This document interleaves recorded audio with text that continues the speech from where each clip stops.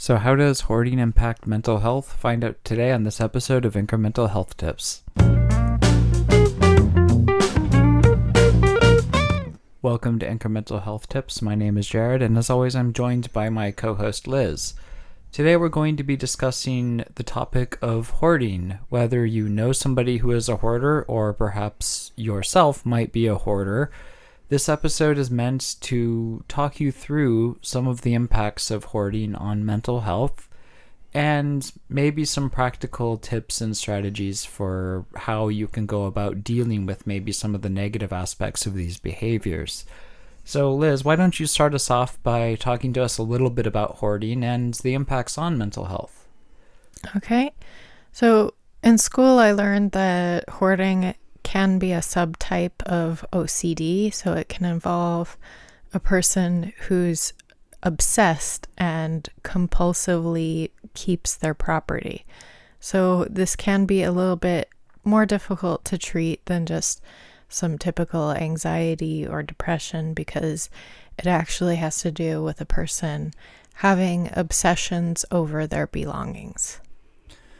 And there's a variety, obviously, there's a variety of degrees of hoarding. There could be, maybe a bunch of personal items that maybe are of some sort of personal significance, or then there's people who, empty the shelves of toilet paper, at Costco. Yeah, I mean, I think there's a difference between someone who has a little bit of clutter and has a hard time keeping that organized compared to someone who has boxes and boxes and piles of things to the point where their space becomes difficult to walk through, or if they have mice or roaches living within their things because it's become such a mess. Now, an important consideration for this before we get into the sustenance of this, I know that you had an article from Psychology Today to discuss, but it's also important to recognize that there's a little bit of a cultural aspect to this, and also a personal history aspect to this. For example, a family member of mine grew up with not a lot of means, and as a result of this upbringing, he did not believe in wasting food or doing anything that he perceived to be wasting food. And so even at time, this is how he was raised, and as time went on, he started a business, became successful, and became a person who is middle class, a middle class business owner. But even still, that upbringing stuck with him, and it got to a point where he would save like salad dressing far beyond its expiry date, and we can, like Liz, I know you can attest, we've gone over there and we've seen, salad dressing that expired in 2008, and this was only a few years ago. So all of this to say that there's a lot.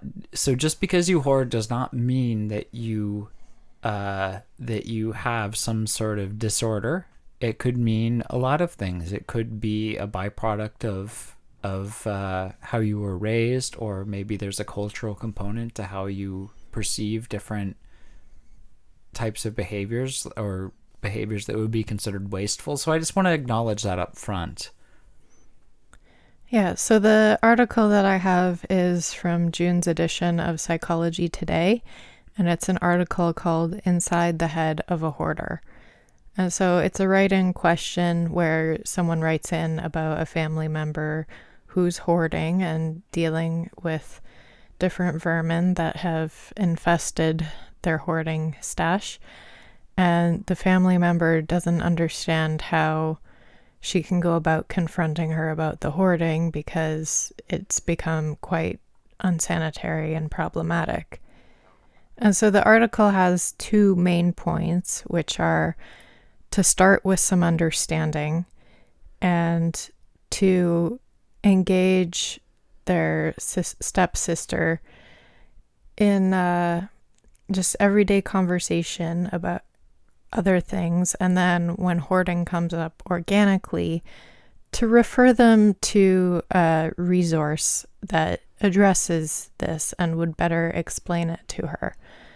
So the main point of the article is really just going over and explaining why people hoard.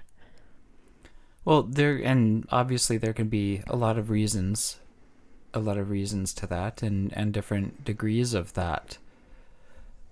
So engaging, so if it is a family member, we need to try to understand why it is they hoard, maybe consult with resources ourselves, and also to get a better understanding of maybe the underlying reason that they hoard to the point where it's a disruption in their life, but also guide them to resources if they're willing to consider a change to this behavior or willing to approach this behavior.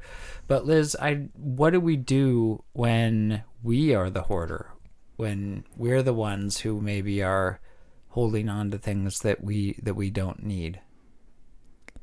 Well, I think one of the issues that comes up with hoarding, it's that our memories can be attached to these objects.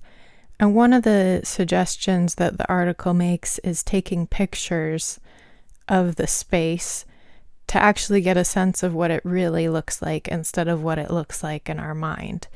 And I think as well, if there's an object you don't want to get rid of because of the memories, you can take a picture of it, or you can record a video where you tell the stories of the memories with that object. And then once you have either a video or a picture, it may make it easier to let go of that object.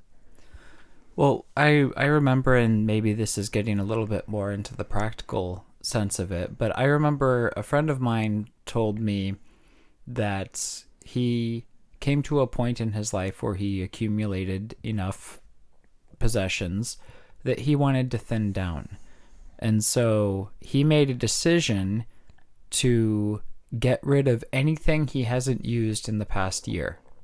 And so he would set times that, maybe the May 1st, June 1st, whatever it is, and he would just go through his belongings and recall the last time he used that item. And if he didn't have an answer, he got rid of it. And so it really sort of changes your priorities, because it takes you away from the mindset of what if and more in the mindset of what I need in the present. Yeah, and one of the quotes from the article, it's from the book Buried Treasure by Randy Frost, and it describes hoarding as part genetic, in part an executive function and information processing problem, and in part a reflection on the nature of attachments people form to their possessions. So there's a part of hoarding that has to do with feeling attached and connected to objects, and there is a part of it that's genetic, just like OCD is genetic, that there's a predisposition towards developing this sort of problem. And I do think you're right in that people who've grown up in scarcity may be more likely to develop this sort of problem where they're afraid to let go of things because they see the potential in objects. Well, and seeing potential, like one of the things that I specifically remember about my grandparents. My grandfather was a woodworker and collected and designed stone jewelry and did all of these things. And there was a lot of things that he would, like nice materials, and he would save these things and just, because, what if I need it? What if I need it for a project or use it? And he ended up not using so many of those things. And it wasn't that he passed at a very advanced age. So this wasn't an issue of being untimely. But there's also, I think, checking our expectations and, giving ourselves a reality check as to, are we really going to use these things? Are we going are we really going to make use of this, or is this item better served? Because in many cases, even if something is useful or meaningful to us, we still can be fulfilled by allowing somebody else with greater need to use it as well. Well, there's also a safety and security that people can get from having their objects, that they know that they have these things even if they don't need them on a regular basis. So this is one of the ways that therapy can help people to develop a deeper sense of security within themselves instead of relying on a security that comes from having specific objects. Well, I think that's all the time we have for today, and we'll end on that point. But it's certainly an interesting discussion. You can always let us know in the comments of ways that you've managed your hoarding tendencies, or you can tell, like, obviously respect people's privacy, but you can tell your horror stories below. And if you enjoy our content, please consider liking, sharing, and subscribing. It really does help us get out there and, spread more mental health resources around, especially now. It's needed more than ever. And until next time, remember that small steps can lead to big changes. We'll see you next time.